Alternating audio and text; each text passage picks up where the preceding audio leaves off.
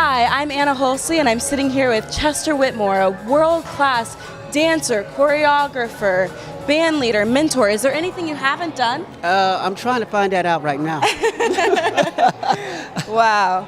Well, having worked with such talent as ARETHA Franklin, Gladys Knight, The Temptations, the OJs, Renaissance. are you living the dream?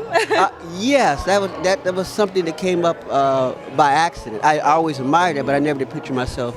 Well, how'd you get started? Well, I got started because I was a filmmaker. And I was learning films, and of course when you learn films, you got to learn whatever the subject you do. You know, I was doing a documentary, and I did a thing on jazz music. And they said, well, do you like musicals? I said, oh, of course I love musicals. I love the old MGM musicals, arcade musicals. Yeah. And I said, well, what kind of dancing do you like? I said, well, I like that type of dancing. He said, but they don't teach that style. In them days, they didn't teach it. And it was called vernacular jazz.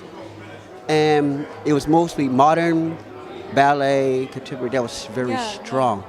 And so they said, you have to ask your grandparents or somebody older if you want to learn that style, like the Fred Astaire all that time. And I got into that, so I started doing my own research, looking at the old movies. They thought I was crazy, because at that time, like you said, the Motown thing was happening. Everybody tempted. They said, don't you like this music? I said, sure, I like it. But the older things got to me. You know, it had more. And then a friend of mine said, there's this gentleman. There was a place called the Inner City Cultural Center. This was in the 70s. And it was a research for all the actors, Glenn Turman, B. Richards, all the Sidney Poitier, all of them. And they would teach young people how to act. I said, I'm going to go there. There's this guy there, and he's a great tap dancer. You should go there. I went there, and I missed him. But on my way back, I was riding on my bike, and this guy was there, sitting there with his car, flat tire. Nobody helping him. He's in the middle. It's near Pico, off of Pico. I said, somebody help this cat. Nobody. So I stopped and started changing the tire. And he looked on my bicycle, he saw my shoes hanging down. He said, oh, you're a hoofer. I said, I'm a what? A hoofer. I thought he was calling me a heifer. I thought, oh my goodness, no. I said, no, hoofer, it means dancer. He said, I'm a dancer. I said, oh yeah, I'm up to fixing this tire. If you want to learn, I'll be glad to show you. And I thought he was joking. I said, oh, this guy. I said, let me finish, put this tire on and help this guy. So a few weeks went by. And I was getting frustrated going to the tap schools, and they weren't teaching me the style I wanted. And then my mother said, you should take up that man's offer. I said, okay, I'll go. So I kept his number, I went to his house, and went up there, and I walked in. He said, oh, you made it. I said, yeah. I said, I came in, opened the door. He said, okay, let me see what you got. I put on my shoes, said, tiki, tiki, tiki, tiki, tiki. He said, let's try this. And he got up, and I said, oh my God. I said, mine doesn't look like yours. So after that, he said, if you want to learn, I'll be glad to teach you. So I stayed with him for 2 years. He was the first one who gave me a job at the Cultural Center. And it was some days he would leave for 2 or 3 weeks. I said, where are you going? He said, you got to take over the class. I said, but I don't. He said, you know enough. Take over the class. So I would take over his class. And I didn't understand why he would leave about 2 or 3 weeks.